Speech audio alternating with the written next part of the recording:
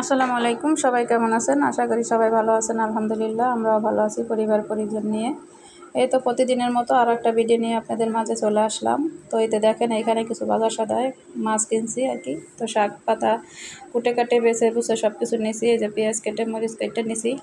এখন এই যে পুঁই শাক ভাজি করবো আর ইলিশ মাছের মাথা দিয়া কচু শাক রান্না করব আর সর্ষে ইলিশ রান্না করব। তো দেখতেই থাকুন পুরো ভিডিওটা। কি কি রান্না করি আমার সঙ্গেই থাকুন। তো দেখেন এখানে কয়টা ইলিশ, 6টা না 7টা, 6টা মনে হয়। তো যাই হোক, এই যে কোটা কাটা করে আমি কোটা বাছা সব কিছুই করছি, কারণ কোটা বাছা তো আমি দেখাইতে পারছিলাম না।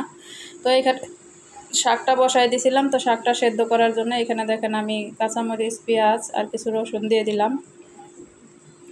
এটা আগে সেদ্ধ করে নিতেছি, তারপরে এটা পরে বাগার দিব। তো নাড়াচাড়া দিয়ে আমি ডেকে দিলাম। এখন এই যে দেখেন এই পাশে কচু শাকটা আমি সেদ্ধ বসাই দিছি। আমি এতগুলো রান্না করব না, আমার শাশুড়ি আসছে বাড়ি থেকে, উনি নিয়ে আসছিল। খুবই সুন্দর একটা কচু, দেখেন একবার একটু মোমের মতো গলে গেছে। তো এই কচু শাকটা আমার হয়ে গেছে, আমি ওইটা সেকা দিয়ে নিছি আর কি। তো সবটি রান্না করব না, আমি একটু ডিপ ফ্রিজে রেখে দিব আর অর্ধেকটা রান্না করব। তো এখানে দেখেন একটা কড়াই বসাই দিছি আর পাশের চুলায় তো আপনার শাক আছে। তো এখানে এই যে শাকটাই আমি বাগার দেবো। তো এখানে দিয়ে দিলাম তেলের ভিতরে শুকনা মরিচটা একটু ভেজে নিলাম। আর এইখানে দেখেন আমি রসুন কুচি আর পেঁয়াজ কুচি দিয়ে এটা ভালো করে ভেজে নিব লাল লাল করে।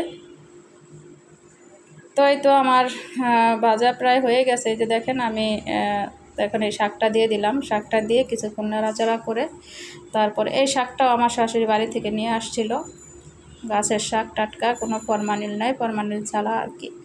তো এই তো দেখেন আমার ওই শাকটা আমি ওই চুলায় দিয়ে দিলাম। এখন ওইখানে একটু ভাজা ভাজা হবে। আর এই চুলায় আমি যে একটা কড়াই বসাই দিলাম, পরিমাণ মতো তেল দিয়ে দিলাম। আর এইখানে ইলিশ মাছের মাথা, কাঁসা যা আছে এগুলো দিয়ে তারপরে একটু ভেজে নিলাম। তারপরে যে দেখেন পেঁয়াজ কুচি দিয়ে দিলাম বেশি করে। এখন এই পেঁয়াজের সাথে আমি ইলিশ মাছের মাথাগুলো ভেজে নিব।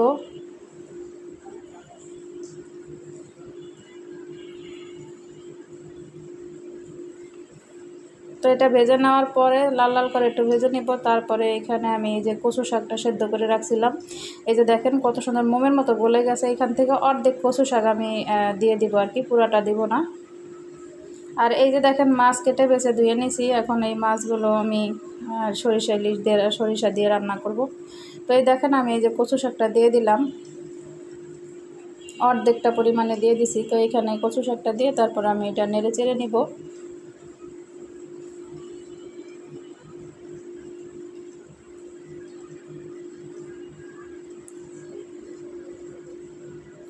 তারপরে এখানে কিছু কাঁচামরিচ দিয়ে দিব।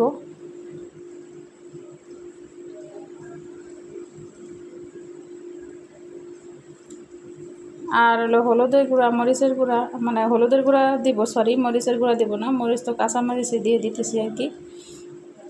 আর দিয়ে দিব লবণ।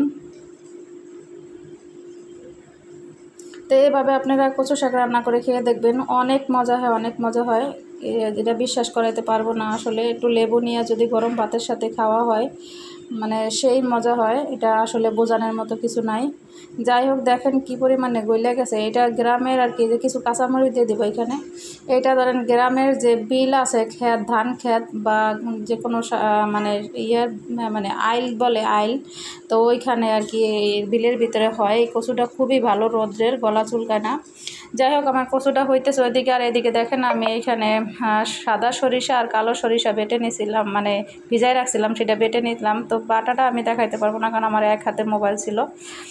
যাই হোক, এই যে দেখেন আমার কচু শাকটা ভাজা ভাজা হয়ে গেছে। কেমন হয়েছে প্লিজ কমেন্ট করে জানাবেন। তো এই তো আমার কচু শাকটা রান্না করা শেষ। এখন আমি যে আর একটা কড়াই বসাই দিলাম। এখানে দেখেন আগে হলুদ তেল আর লবণ মেখে রাখছিলাম মাছ, ইলিশ মাছ। তো এইখানে কিছু সরিষার তেল দিয়ে দিব আর কি। আমি সরিষার তেল দিয়ে আমি এই সর্ষে ইলিশটা রান্না করব। তো এই তো দেখেন এখানে অনেকগুলো পেঁয়াজ আছে, এই পেঁয়াজগুলো আমি আগে ভেজে নিব।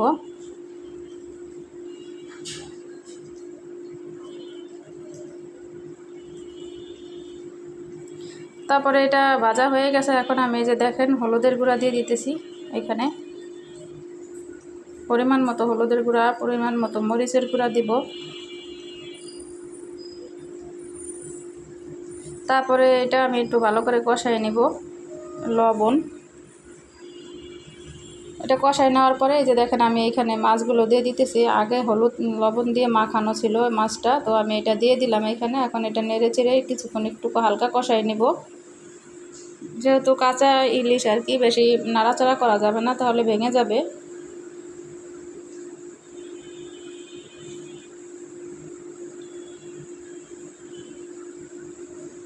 আর এই যে দেখেন আমি যে এটা বেটে নিয়েছিলাম আর কি, সরিষাটা ভালো করে বেটে নিয়েছিলাম। তারপর ওই ছোকলা ছোকলা কালো এটা দেখা যাইতেছে, তো আমি সেকে নিব না, এমনি দিয়ে দিব। তো আপনারা এইভাবে একটু রান্না করে খেয়ে দেখেন সরিষা ইলিশ। অনেকেই হয়তো পারেন, এক একজনের রান্না এক এক রকম, কিন্তু একটু ট্রাই করে দেখবেন, অনেক মজা হয়। এই তো আমি এটা দিয়ে দিছি, দিয়ে দেওয়ার পরে তারপরে এটা ভালো করে কষাই নিয়ে তারপরে আমি এটাতে আর পানি মেশাবো না, এটাই আমি অল্প আছে তারপরে রান্না করব। আর তো ভিডিওর এই পর্যায়ে এসে আমার প্রিয় ভাই বোনদের কাছে আমার বিশেষ অনুরোধ যে আপনারা ভিডিওটা দেখবেন, দেখে লাইক কমেন্ট শেয়ার করে দিবেন। আর যদি ভিডিওটা ভালো লাগে প্লিজ আপনারা চ্যানেলটা সাবস্ক্রাইব করে দিবেন, অল অফ বাটন আছে সেটা ক্লিক করে দিবেন, যাতে করে নতুন নতুন ভিডিও ছাড়লে আপনাদের মাঝে পৌঁছে যায় আর আপনারা সময় সুযোগ বুঝে আমার ভিডিওটা দেখে নিতে পারেন। আর এই যে দেখেন আমি কিছু কাঁচা পাকা এখানে মরিচ দিয়ে দিয়েছি, কিছু আস্তা দিছি আর কিছু ফেলে দিছি যাতে একটু ঝাল ঝাল হয়। এইখানে এটা দিয়ে দিলাম। তো প্লিজ কেমন হয়েছে আমার রান্না প্লিজ কমেন্টের মাধ্যমে জানাবেন। আর আপনারা একটু ভিডিওটা দেখবেন, দেখে একটু কমেন্ট করবেন প্লিজ। আর এই যে দেখেন আমার রান্নাটা প্রায় হয়ে গেছে, আর এই উপর থেকে আমি কিছু কাঁচা সরিষার তেল দিয়ে দিলাম। এই তো আমার রান্না কমপ্লিট, দেখেন কেমন হয়েছে আপনারা জানাবেন।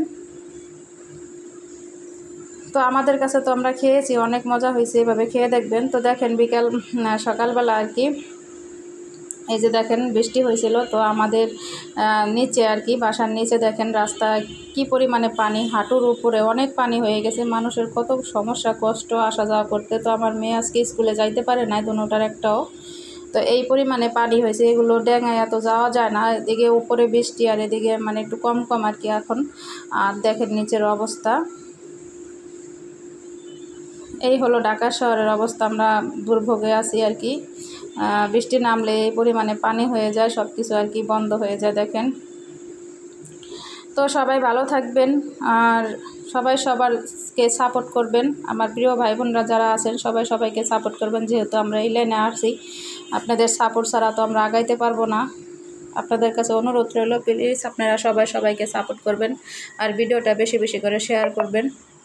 তো সবাই ভালো থাকেন, সুস্থ থাকেন। কেমন হয়েছে ভিডিওটা কমেন্ট করে জানাবেন। আসসালামু আলাইকুম, আল্লাহ হাফেজ। আর এই যে দেখেন আমার গাছগুলা বৃষ্টিতে কত সুন্দর হয়ে গেছে। আর ঘরে ছিল কেমন হয়ে গেছিলো আর কি, তখন আমি এই যে রোদ্রে দিছি আর বৃষ্টির পানি পাইয়া গাছগুলা মাশাআল্লাহ প্রাণ ফিরে পাইছে, অনেক সুন্দর হয়েছে। তো আমি এখন এই ঘরে নিব না, আরও কয়দিন এখানে থাকবে।